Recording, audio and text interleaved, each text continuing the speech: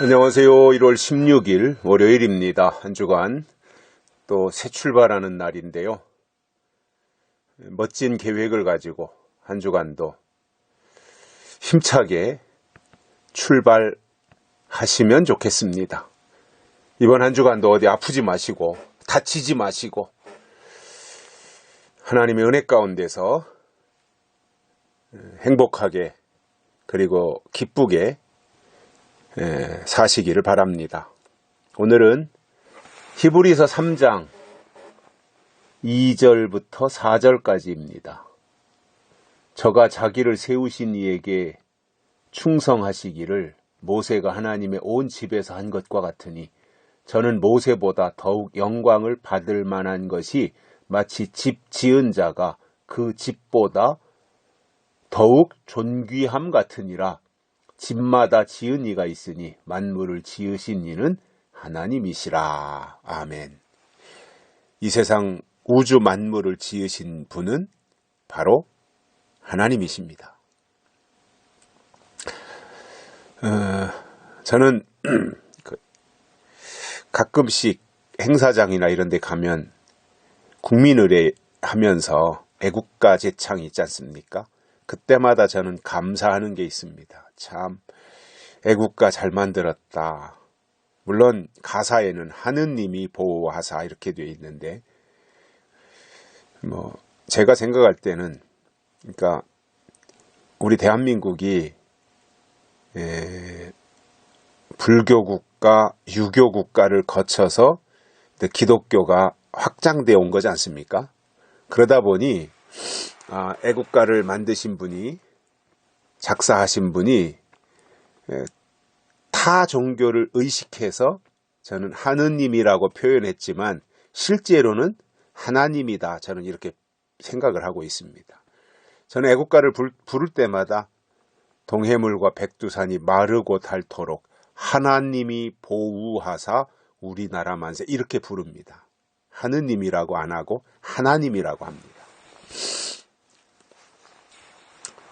그런데 그걸 부를 때마다 제가 감사한 것은 만약에 그 전에 옛날에 애국가를 누군가가 만들어서 부처님이 보우하사 우리나라 만세 했다면 부를 때마다 애국가 부를 때마다 참 찜찜하지 않겠어요? 부처님이 우리가 하나님 믿는데 부처님이 보우하사 또는 공자님이 보우하사 소크라테스가 보우하사 이렇게 했다면 그거 참 애국가라서 안 부를 수도 없고 한데 놀랍게도 하느님이 보호하사 이렇게 해놨으니 타종교인들도 하느님이니까 그냥 이렇게 여러 신의 이렇게 집합체 이렇게 하늘에 있는 어떤 하늘님 이런 개념이지 않습니까? 그러다 보니 다른 종교 가진 사람도 애국가 부를 때 거부감이 없고 더더군다나 우리는 하느님을 하나님이라고 해서 불러도 아무런 문제가 되지 않고 그래서 저는 애국가를 부를 때마다 고맙게 생각하며 부르고 있는데 우리가 정말 오늘 말씀에도 나온 것처럼 만물을 지으신 이가 하나님이시다. 사실상 기독교의 출발 우리 신본주의의 출발이 어디냐면 태초에 하나님이 천지를 창조하시니라 여기에서 시작하는 거거든요.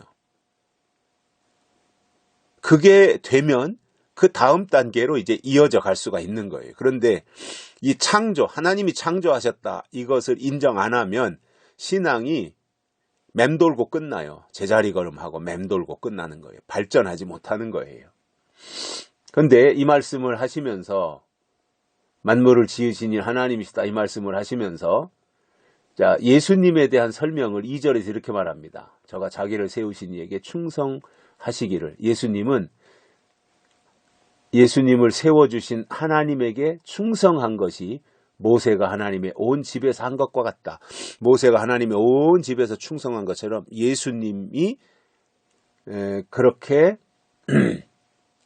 충성했다라는 거예요.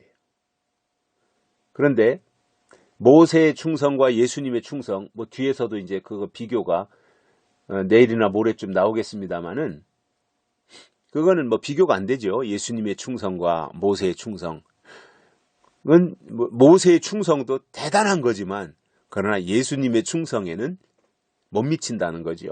그러나 모세만 놓고 보면 모세가 하나님을 위해서 충성한 것은 특별하고 대단한 일이었다. 이렇게 충분히 평가할 수 있습니다.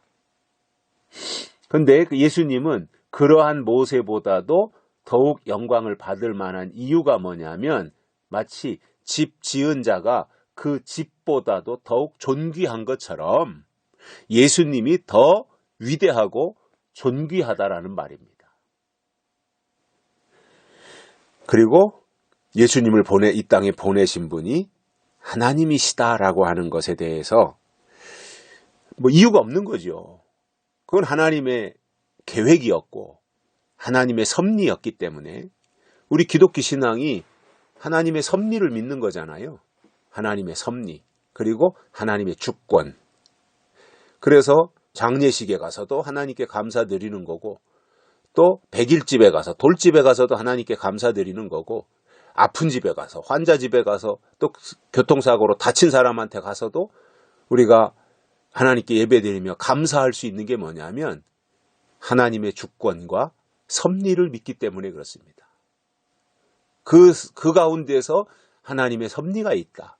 그리고 하나님의 주권이 있다. 이 모든 게 하나님의 주권이다. 이것을 우리가 인정하는 거거든요.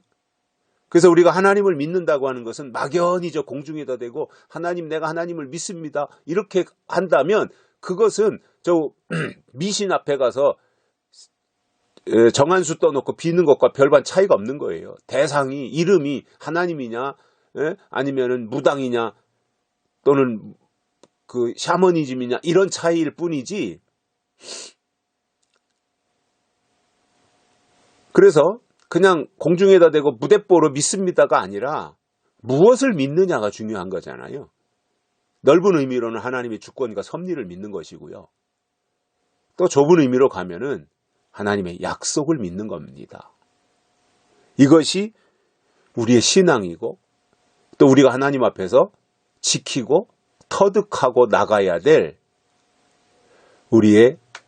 하나님이 우리에게 주신 위대한 유산이다 말입니다.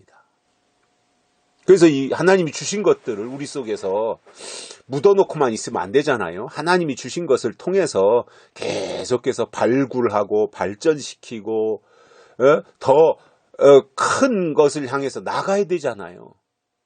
그래서 2달란트나 5달란트 받은 사람처럼 하나님이 주신 것을 가지고 더 확장시켜 나가야 되는 것이 맞는 것이지 않겠습니까? 그냥 움켜쥐고 있는 것이 아니라 그것을 통해서 더 효과적으로 확장시키고 발전시키고 또 더 확대되고 사람들에게 더 가까이 접근해 갈 수 있도록 하는 이것은 저는 굉장히 중요한 작업이라고 생각을 해요. 그래서 저는 유튜브라고 하는 이 매체를 하나님이 주셨다고 생각을 해요. 이 시대를 위해서.